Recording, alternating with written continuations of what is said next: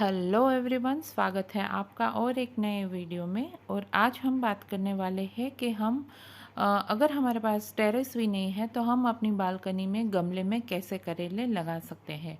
तो सबसे पहले आप मेरी बेल देख लीजिए, कितनी बड़ी मैच्योर बेल हो गई है। मैंने इसको सीड से लगाया था, फेब्रुअरी स्टार्टिंग में मैंने इसे लगाया था, तो अब जाके ये फ्रूटिंग कर रही है और ये दूसरी बार फ्रूट दे रही है। एक बार तो मैंने काफ़ी सारे करेले हार्वेस्ट कर लिए हैं और उसके ऊपर वीडियो भी है, तो आप चैनल पे जाके देख लीजिए।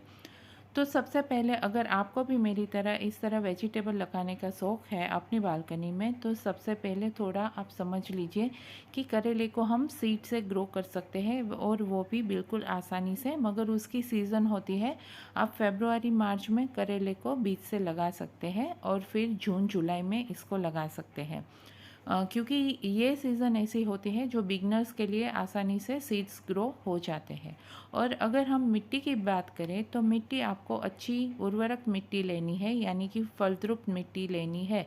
तो उस मिट्टी में क्या करना है कि 40% आपको कोई भी कंपोस्ट डालना है। उसमें वर्मी कंपोस्ट भी ले सकते हैं और गाय का गोबर भी आप ले सकते हैं, मगर वो 1 साल पुराना होना चाहिए, यानी कि खाद होनी चाहिए।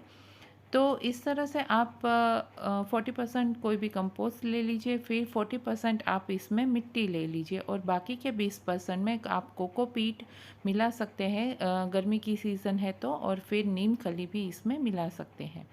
और सबसे आसान और बेस्ट तरीका मैं दिखाऊँ तो मैं बताऊँ आपको, तो वो होता है कि नीचे आप कोई भी ड्राई जो पत्तियाँ होती है बड़ी बड़ी, वो डाल दीजिए। फिर उसके ऊपर किचन वेस्ट डाल दीजिए, फिर उसकी मिट्टी की लेयर कर दीजिए, फिर वापस से वो ही रिपीट कीजिए।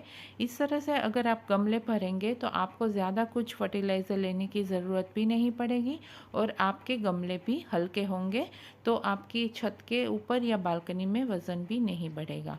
तो इसी तरह मिट्टी में मैंने ये करेला लगाया है और आप इसकी डेवलपमेंट या ग्रोथ आप इसको देख सकते हैं, कितना अच्छे से ये फैल गया है। और हाँ दोस्तों, जब ये आप बीज लगा दें तब थोड़ी सी कटिंग, यानी कि पौधा आपका थोड़ा सा बड़ा हो जाए तब इसको सपोर्ट करने की ज़रूरत पड़ती है, यानी कि उसमें से स्ट्रिंग्स निकलती है, वो अपने आप ही अगर आप इसको रस्सी वगैरह से बांध देंगे तो अपने आप ही वो ऊपर चढ़ती रहेगी। तो इस तरह से कोई भी व्यवस्था आपको करनी पड़ेगी, क्योंकि बेलें हमेशा ऊपर चढ़ती है सपोर्ट लेके, तो आपको कुछ भी सपोर्ट देना पड़ेगा जिससे वो पकड़ के ग्रोथ कर सके। अगर सपोर्ट नहीं देंगे तो बेलें ग्रोथ नहीं करेंगी।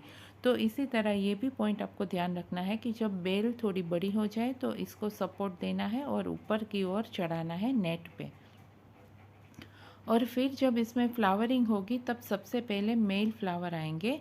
तो मेल और फीमेल फ्लावर क्या होते हैं वो मैं आपको बताऊँ, तो मेल फ्लावर वो फ्लावर होते हैं जिसमें ओनली फ्लावर होता है, पीछे फ्रूट लगा नहीं होता।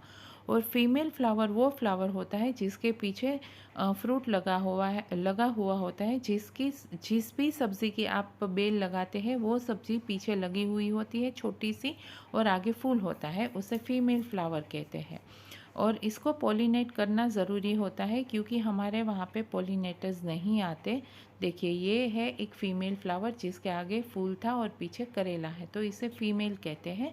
और जो फूल होता है और नीचे इस तरह से पतली डंडी होती है तो वो मेल फ्लावर होता है। तो मैं क्या कह रही थी कि इसको पॉलिनेशन करना ज़रूरी होता है क्योंकि हमारे वहाँ पॉलिनेटर्स नहीं आते, तो हमें हैंड पॉलिनेशन ही करना है।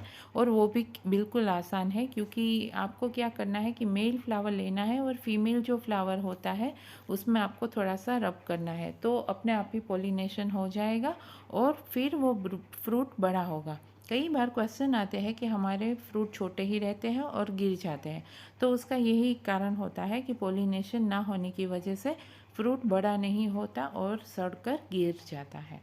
और दोस्तों, पानी के बारे में भी आपको ध्यान रखना है कि पानी इस तरह के पौधे को जो काफ़ी बड़ा हो गया है उसे हर रोज़ पानी चाहिए। पानी की अगर कमी होगी तो पौधा है वो अपना ग्रोथ रोक देगा, यानी कि स्टॉप कर देगा। इसीलिए पानी की कमी इसको नहीं होनी चाहिए, हर रोज़ आपको इसमें पानी देना ही देना है, तभी ये अच्छे से हमारी सब्जियां ग्रोथ करेगी। और आखिरी हमारी टिप है वो है कि धूप, सनलाइट ज़रूरी होती है हर एक सब्जियों वाले पौधे के लिए। तो अगर आपकी बालकनी में या टेरेस में 5 घंटे की धूप आती है कम से कम, इससे ज़्यादा आती है तो काफ़ी बेटर है, मगर 5 घंटे की आती है तो इससे अच्छी आपको सब्ज़ी मिलने वाली है। तो बस इसी टिप को फॉलो करेंगे तो आप भी देखेंगे कि आपकी मेरी तरह गमले में काफ़ी अच्छे करेले ले पाएंगे। तो दोस्तों आज के वीडियो में बस इतना ही, मिलते हैं नेक्स्ट वीडियो में नए टॉपिक के साथ। तब तक के लिए बाय, टेक केयर।